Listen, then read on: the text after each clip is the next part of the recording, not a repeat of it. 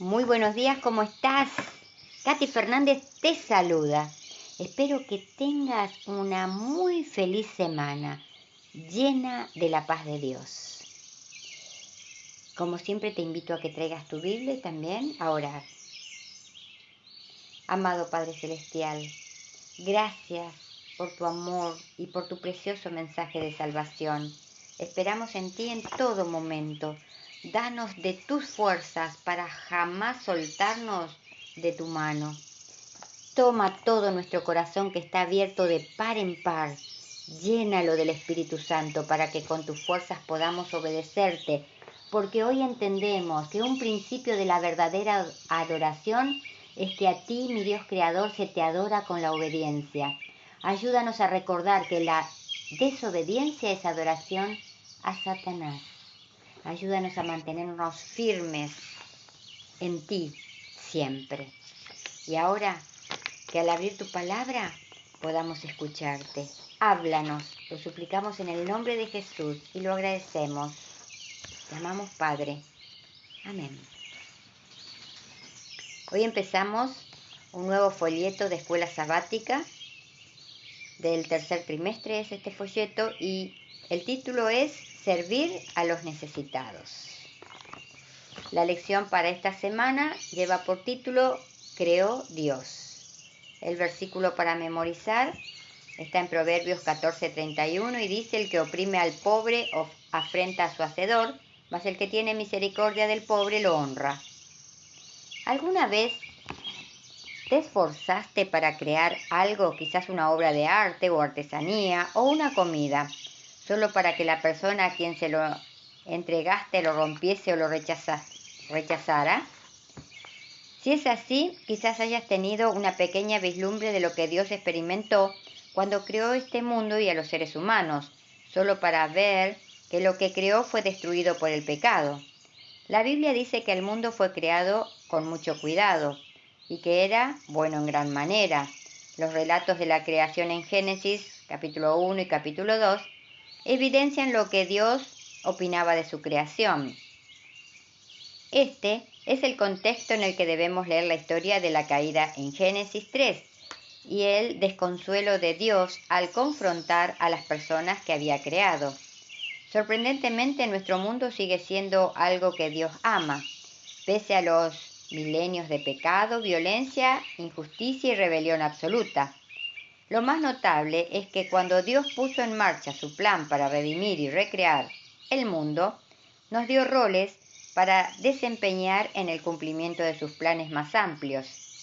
Sí, somos los destinatarios de su gracia, pero, como consecuencia de la gracia que hemos recibido, se nos ha dado una obra que hacer como colaboradores de nuestro Señor. ¡Qué responsabilidad más solemne y sagrada! La lección para el día domingo 30 de junio lleva por título Dios, una vislumbre de la creación. Este mundo y toda la vida que hay en él, nuestra vida y todo lo que hacemos con ella, la vida de todo lo que nos rodea y la forma en que interactuamos con los demás, la vida en sí y la mejor forma de vivirla, todo esto se origina en Dios, porque en Él vivimos y nos movemos y somos.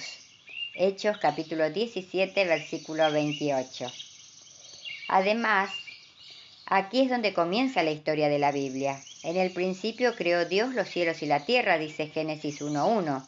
Y el hecho de que Él habló y existió apunta a un poder y a un proceso que ni siquiera podemos empezar a imaginar. Con todo, Dios no creó a la distancia. Estuvo siempre íntimamente comprometido, en especial a la hora de crear al primer ser humano. Puedes ver Génesis 2:7. Leamos la historia de la creación de los primeros seres humanos en Génesis capítulo 1, versículo del 26 al 31. ¿Qué cosas importantes nos dice este relato acerca de Dios? ¿Qué cosas importantes nos muestra acerca de las personas? Génesis capítulo 1, versículo del 26 al 31. Entonces Dios dijo: hagamos al hombre a nuestra imagen, conforme a nuestra semejanza, y señoreé en los peces del mar, en las aves de los cielos, en las bestias, en toda la tierra y en todo animal que se arrastra sobre la tierra. Y creó Dios al hombre a su imagen. A imagen de Dios lo creó. Varón y hembra los creó. Y los bendijo Dios, y les dijo: fructificad y multiplicaos, llenad la tierra y sojuzgadla. Señoread en los peces del mar, en las aves de los cielos, y en todas las bestias que se mueven sobre la tierra. Y dijo Dios: he aquí que os he dado toda planta que da semilla que está sobre la tierra, y todo árbol en que hay fruto y que da semilla, os he dado para comer.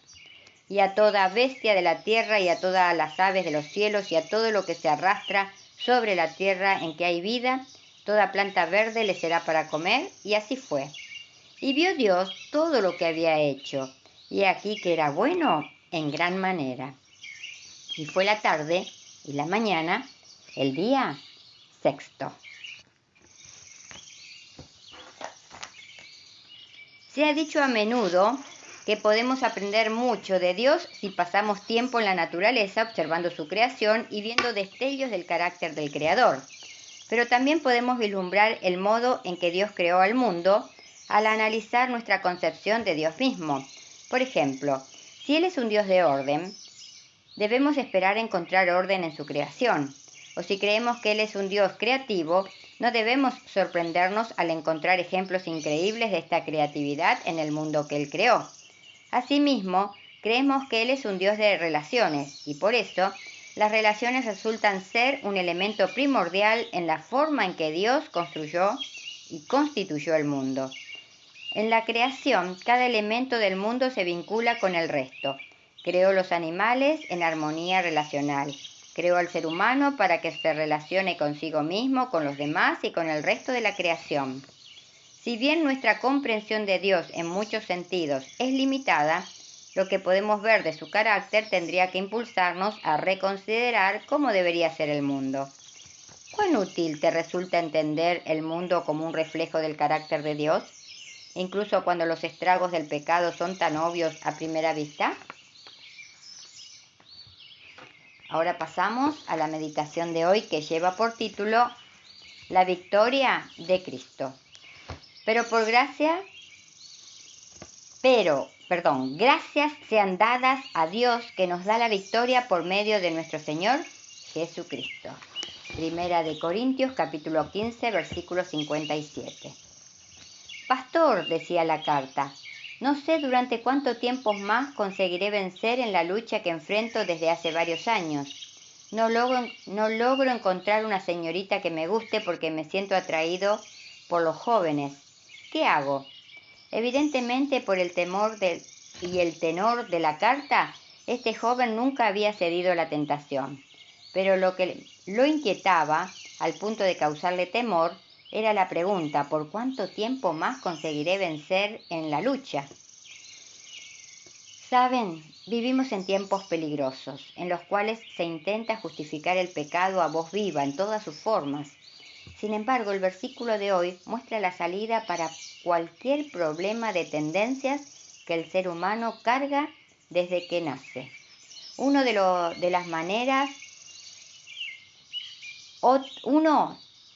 lleva una carga de una manera, otros de otras maneras. Todos tenemos que luchar contra nuestras tendencias.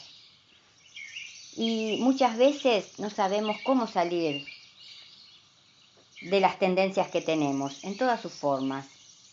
El versículo de hoy dice: pero gracias sean dadas a Dios que nos da la victoria por medio de nuestro Señor Jesucristo. Este versículo muestra la salida hacia las tendencias que el ser humano carga desde que nace. Unos de una manera, otros de otra expresan su grito desesperado, el grito del corazón. ¿Hasta cuándo tendré que luchar contra mis tendencias? El apóstol Pablo, o sea, nuestro Dios vivo a través del apóstol Pablo, en los versículos anteriores al texto que escogimos para hoy, habla del fin de la lucha cuando finalmente esto corruptible se haya vestido de incorrupción y esto mortal se haya vestido de inmortalidad. Se puede ver el versículo 53 de 1 de Corintios 15. El apóstol está describiendo la glorificación de nuestra naturaleza, la erradicación completa y definitiva de la presencia del pecado en la experiencia humana.